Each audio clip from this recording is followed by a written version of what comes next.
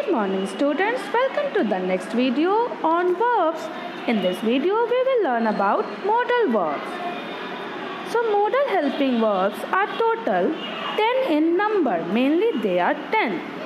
And we use modal helping verbs to modify the main verb. And it expresses different types of expressions like necessity, possibility, obligation, certainty and many more. So these are the ways in which we can use modal to express different things. So let's discuss about modals. There are total, as I said, there are total 10 modal verbs. So this is the list of those 10. Now you can see that they are written in some sequence. The first 4 are written in pair, but the last 2 are written separately. So the reason is why it is written in this way. The reason is that the modals could, might, would, should, or you can say the modals present on the right side are the past forms of the modals present on the left side. Means could is the past form of can, might is the past form of may, would is the past form of will, and should is the past form of shall. But there is no past form of must and there is no past form of ought to. That's why they are written separately. Now we will learn about different uses of each and every modal.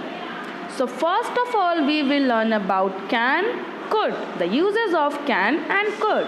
So we use can, could to express ability, capability or capacity. Means when we have to express, we have to show ability or capacity or capability, then we can use can or could. Like he can lift this log with ease, or you can also write he could lift this log with ease. Means if we have to normally say, then we can say he can lift this log with ease. But when we have to denote past ability, then we will use could. He could lift this log with ease. Next use is to make a request. Like, can you help me with this sum? And another with could is, could I borrow your vehicle for a day? So these two examples are used to show request. And when we are making request, then use of could is too polite as compared to can. Next use of this pair is to get permission, to seek permission. Like, you can go out to play. It is a permission given. You could go out to play. Again, permission. Next one is past ability that I discussed in the first one only. I could write neatly when I was young. So these are the 4 ways in which we can use can and could. Next one is will, would. Now when we use will and would, so to express future idea. Like, he will like your idea. This is a future thing. This is a future tense. So that then we use will to express wish or determination. Means when we have to express any wish, when we have to express any determination, then also we can use will or would. Like, I will like to go on a cruise. This is a wish. Given a chance, I would certainly go to the Himalayas. Again, it is a wish. So whenever we have to express determination or wish, we can use will, would. Third use of will, would is to express an invitation. Like, will you join us for lunch? So it is written again, will you join us for lunch? It is a type of invitation. That's why will is used. So you can see that there are 3 different ways in which we can use will or would. Next one is shall, should. Now when we use shall, should, so first of all for future tense I shall go to Shillong next year means when we have to say something about future, then we use shall. Should. Express suggestion, advice means when there is suggestion given, when there is any advice given, then it is used, then we use shall, should. Shall we go to play football now? Now it is a kind of suggestion. Shall we go to play football now? It is not a question, it's a suggestion given by the speaker. So again here we use shall. Next use is to express duty or obligation, means whatever is compulsory. You shouldn't travel without a ticket, means it's compulsory to travel with a ticket. That's why it's a duty to take ticket. That's why it is written you shouldn't travel without a ticket. Next use is when we need advice, like it was written in number 2 only. What should I do now? So these are the ways in which we can use shall, should to talk about future, to give suggestion, for advice, for obligation. Next one is may and might. When we use may, might, so when we need permission, means when we are seeking permission or giving permission, then we can use may, might, like may I help you with your bag, or you may go out to play now. You may go out to play now. Okay. Next one is to express a curse or wish. Mainly you can say wish, like may you suffer bitterly for every mean act you do. Now it's a wish, but means so the speaker is wishing, but in negative manner. That's why it is called curse. So the speaker is cursing the second person to suffer because of his bad deeds.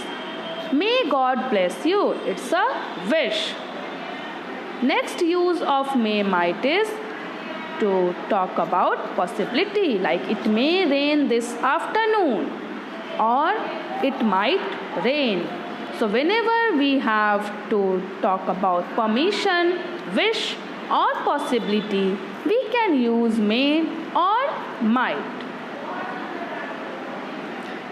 The ninth one is ninth one is must, and it is used to express obligation. We must do as our teacher tells us to do. So this is a kind of obligation.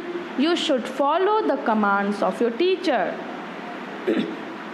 We must look after our parents in their old age. Now, as parents took care of us in our childhood, so it's our responsibility to look after them when they turn old. So it's our duty, it's obligation. That's why must is used. Second use of must is to express necessity, compulsion, like you must be punctual in all matters. It is necessary to be punctual. You must hurry, otherwise you will miss the bus. Again, it is showing the necessity that if you will not be in hurry, you will not do hurriedly, then you can miss the bus. So we can use must in two ways. First of all, when we have to talk about obligation. Secondly, when we have to talk about necessity. Last one is ought to. Ought to is used to express sense of obligation, duty. Means as we used in must, same is with ought to. We ought to respect our teachers. It's compulsory. We ought to help the orphans. It's our duty to help the orphans because they have no one who can look after them. Next use is sense of necessity or advice, like you ought to reach home before dark each day.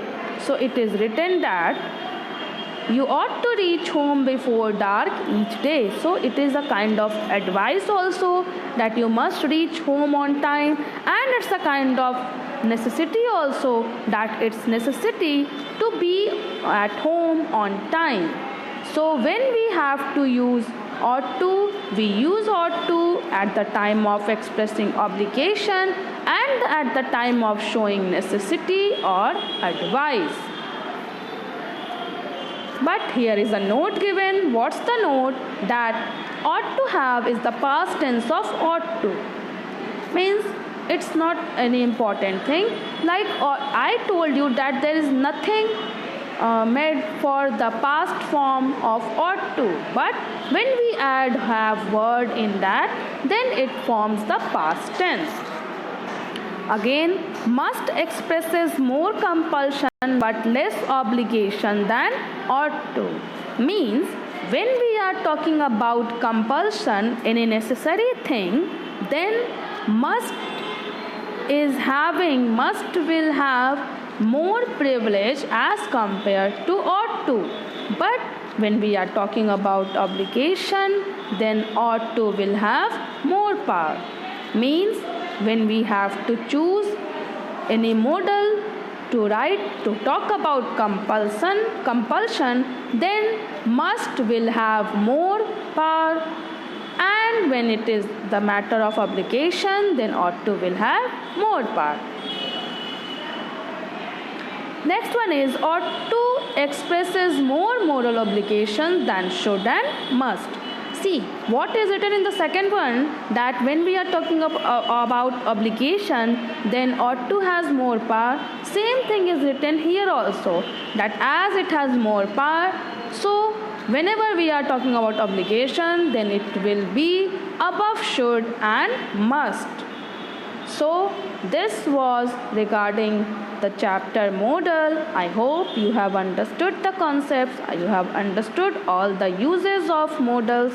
So we will meet next week with next video. That's all for today. Thank you.